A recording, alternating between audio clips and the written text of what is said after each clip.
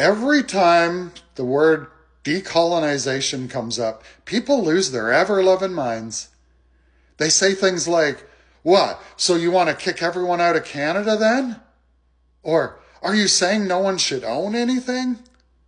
Or the ever popular, do you want to erase the country? No, that's not what decolonization means, and it never has. The fact that people jump to those extremes is actually a symptom of colonial thinking itself. We've been taught to fear any conversation that challenges the status quo, to react, not reflect. Decolonization is about dismantling the systems, structures, and policies that were built through colonial violence. It's not about punishing people who happen to be alive today. And colonialism wasn't just land theft. It was political theft, legal theft, cultural theft, economic theft.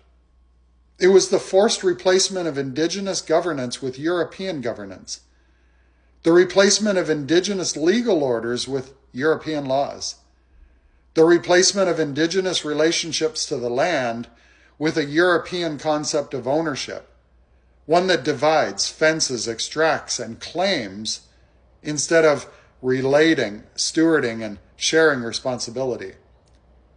Decolonization is about rolling back the systems, not hunting down individuals. It's about restoring the sovereignty, jurisdiction, and rights that were taken away, often without treaties at all. And when treaties did exist, they were usually coercive, deceptive, or ignored the moment they became inconvenient to the Crown.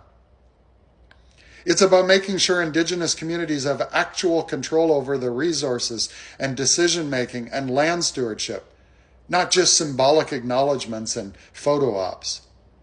It's about addressing the imbalance that still shapes Canada today. Because colonialism didn't stay in the past. It's left its fingerprints on everything: housing, policing, healthcare, water infrastructure, education, the justice system, land rights, economic opportunities. Even whose stories get taught in the classroom and whose get erased. And before someone jumps into the comments with, but Indigenous people get free housing and don't pay taxes, let's be adults for a second. Those aren't handouts. They aren't freebies. They aren't Canada being extra generous.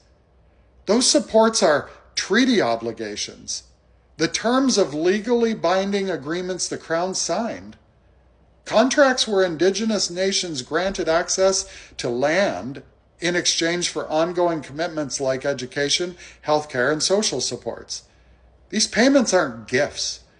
They are the interest-only payments on a massive, century-old debt that Canada still owes.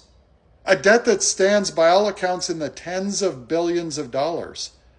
So let me ask you, if you signed a contract, do you call the payments you owe the other person freebies?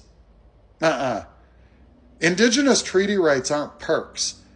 They're the bare minimum of what Canada owes, and even those obligations haven't been fully honored. Decolonization is about repairing the imbalance so future generations aren't living with the consequences of decisions we made 150 years ago. It's not about kicking people out. It's not about giving away your house.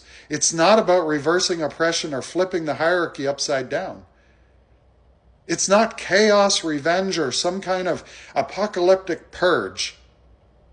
If the only version of decolonization you can imagine is punitive chaos, that says more about what you subconsciously know colonialism did and how deeply those systems still run than it says about the actual process of making things right. Decolonization is not the end of a country. It's the beginning of a more honest one that isn't built on pretending the damage never happened. Peace out. And if you're not already following me, you should. It's going to be a ride.